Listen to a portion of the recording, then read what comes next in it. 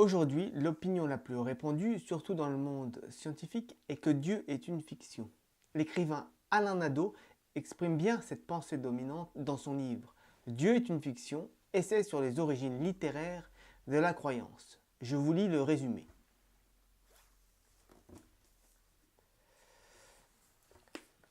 Conjurant sa peur de mourir par un irrépressible besoin de fiction, l'humanité n'a cessé, par le génie d'écrivains qui n'en avaient pas le statut, de s'inventer d'invraisemblables histoires de Dieu, puis d'un Dieu unique.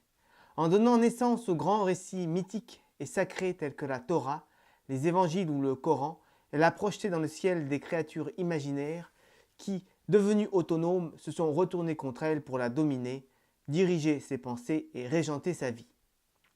Cet essai sur les origines littéraires de la croyance part donc du constat que Dieu, en ses multiples facettes et déclinaisons, n'est rien d'autre qu'un être de fiction, une création littéraire, aussi fantaisiste, mais aussi bien plus perfectionnée que celle que l'on rencontre dans les innombrables épopées ou romans qui jalonnent l'histoire de la littérature. Bien sûr, ce que dit Alain Nadeau est faux. La vérité est tout autre. L'existence de Dieu n'est pas une fiction, mais c'est au contraire la première des évidences, comme l'existence du Soleil. On peut le prouver simplement en s'intéressant par exemple à la conscience, comme je l'ai fait. Dans les vidéos précédentes, j'ai montré que le modèle standard de la science actuelle, qui postule la seule existence du couple matière-énergie, est à revoir. Il est si ridiculement faux qu'il est incapable d'expliquer l'existence d'un phénomène aussi commun et banal que la douleur. La fausseté de ce modèle standard équivaut à la réalité de la différence douleur-pas douleur. Le monde métaphysique est par définition composé des éléments qui n'appartiennent pas au monde physique et qui ne peuvent pas avoir pour origine ce monde physique.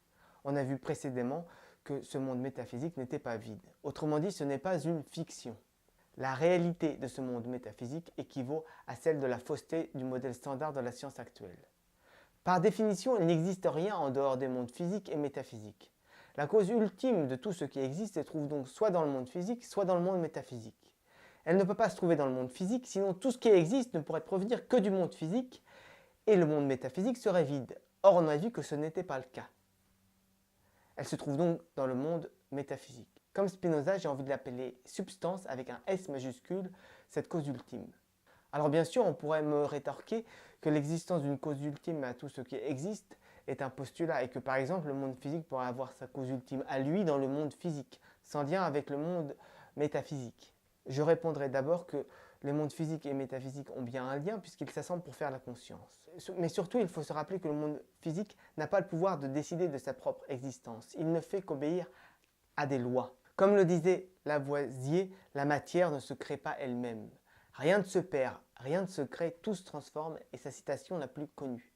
Donc dire que le monde physique pourrait avoir sa cause ultime dans le monde physique n'a guère de sens. D'ailleurs, s'il n'y avait pas de monde métaphysique, on pourrait se demander comment la matière a fait pour exister puisqu'elle ne semble pas avoir le pouvoir de décider de sa propre existence. Cette question, nombre de philosophes, à commencer par Aristote, se l'ont déjà posée. Ils en ont parfois conclu l'existence de Dieu. C'est ce qu'on appelle aujourd'hui l'argument cosmologique. Bien sûr, cet argument n'a pas été unanimement accepté. Kant, par exemple, l'a rejeté. Stephen Hawking aussi l'a rejeté. Il a même fini par dire que l'univers s'était créé lui-même. Ce qui, remarquons-le, est en contradiction totale avec toutes les bases élémentaires de la science actuelle, énoncées par Lavoisier et par d'autres. Mais peu importe ce que pensent Kant et Hawking, car l'argument cosmologique n'est pas nécessaire pour prouver l'existence du monde métaphysique, lequel est finalement le seul à pouvoir résoudre le mystère de l'existence de la matière, le seul à pouvoir abriter la cause ultime. Je récapitule, cette cause ultime, cette substance, est à l'origine de tout ce qui existe. Elle est surnaturelle, transcendante, puisqu'appartenant au monde métaphysique et unique par définition. Mais ce n'est pas tout. Elle est aussi un possible principe de salut pour l'humanité, puisque notre conscience, ce qui fait l'essentiel de ce que nous sommes, est en partie constituée d'au moins un élément du monde métaphysique dont elle est la puissance supérieure. En effet, je rappelle qu'autre chose que le corps participe à l'existence de la conscience de soi, puisque le corps ne suffit pas. Cette autre chose n'est pas matérielle, mais surnaturelle, métaphysique. Il serait tentant de dire qu'il s'agit de l'âme. Cette âme ne peut pas provenir du monde physique. La matière ne peut pas la créer. Elle ne dépend uniquement que du monde métaphysique et est notre seul et unique lien avec ce dernier. Elle est notre seule chance d'échapper à la précarité du monde matériel, notre seule chance de salut. Substance surnaturelle, transcendante, unique, à l'origine de tout ce qui existe et possible principe de salut pour l'humanité. C'est la définition que l'on donne habituellement aux dieux des religions abrahamiques. Vous pouvez vérifier. Ainsi, par exemple, Moïse Maïmonide, le plus fameux rabbin du Moyen Âge, qui était aussi médecin de Saladin, définissait Dieu comme étant une réalité première dont tout est issu, éternel, sans corps, ne dépendant pas de l'existence du monde, mais dont l'absence rendrait l'existence impossible. Ça correspond tout à fait. La réalité de l'existence de cette entité qui mérite pleinement d'être appelée Dieu équivaut à celle du monde métaphysique, donc à la réalité de la différence douleur-pas douleur. Inévitable conclusion qui va complètement à l'encontre de ce que disent Alain Nadeau et ses acolytes athées ou agnostiques.